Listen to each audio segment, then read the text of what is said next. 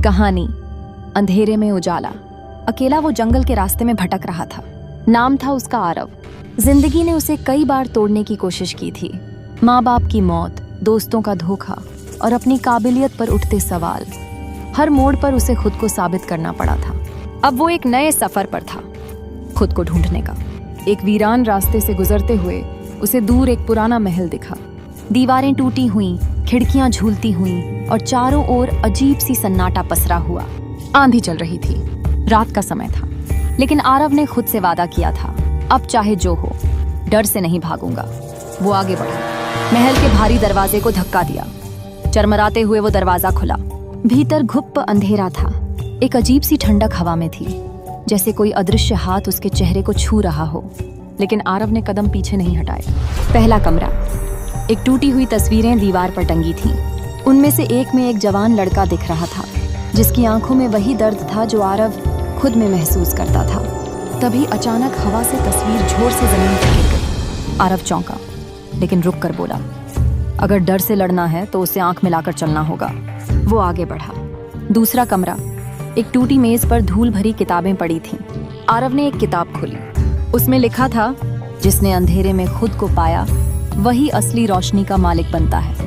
उसके रोंगटे खड़े हो गए, मानो ये शब्द उसी के लिए लिखे गए थे। तभी एक ठंडी फुसफुसाहट कानों में गूंजी। तुम यहाँ क्यों आए हो? आरव ने आंखें बंद कर गहरी सांस ली। डर उसके अंदर सिर उठाना चाह रहा था, लेकिन उसने खुद से कहा, मैं यहाँ खुद को ढूंढने आया हूँ। वो और भीतर चला गया। तीसरा कमरा। यहाँ माहौल बदल गया था। दीवारों पर काली परछाइयाँ उभरने लगीं। एक छाया अचानक उसके सामने आ खड़ी हुई, उसकी अपनी परछाई, लेकिन विकृत और डरावनी। वो परछाई जोर से चीखी, तुम कुछ नहीं कर सकते, तुम हार चुके हो। आरव के घुटने कांपने लगे, लेकिन तभी उसे अपने बचपन की एक याद आई, जब पहली बार उसने साइकिल चलाना सीखा था। बार बार गिरा था, लेकिन हर बार उठ खड़ा हुआ था।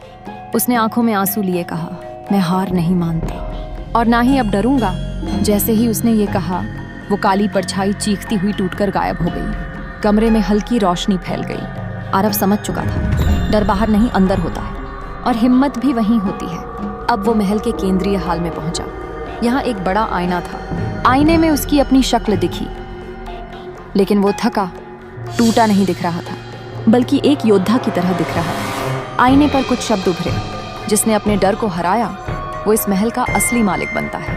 तभी दरवाजे अपने आप खुलने लगे। महल, जो अब तक डरावना लग रहा था, अब शांत और सुकून भरा महसूस हो रहा था। दीवारें जैसे नई हो गई थीं। खिड़कियों से सुनहरी रोशनी छनकर आ रही थी। आरव ने बाहर कदम रखा। अब वो वही लड़का नहीं था जो जंगल में खोया था। अब वो एक ऐसा इंसान था जिसने अपने अंदर के भूतों को हराकर खुद को पाया था। उसने मुट्ठी बांधी और आसमान की ओर देखा। मैं खुद अपनी रोशनी हूँ। जंगल अब भी घना था, रात अब भी थी, लेकिन आरव के अंदर एक सूरज उग चुका था।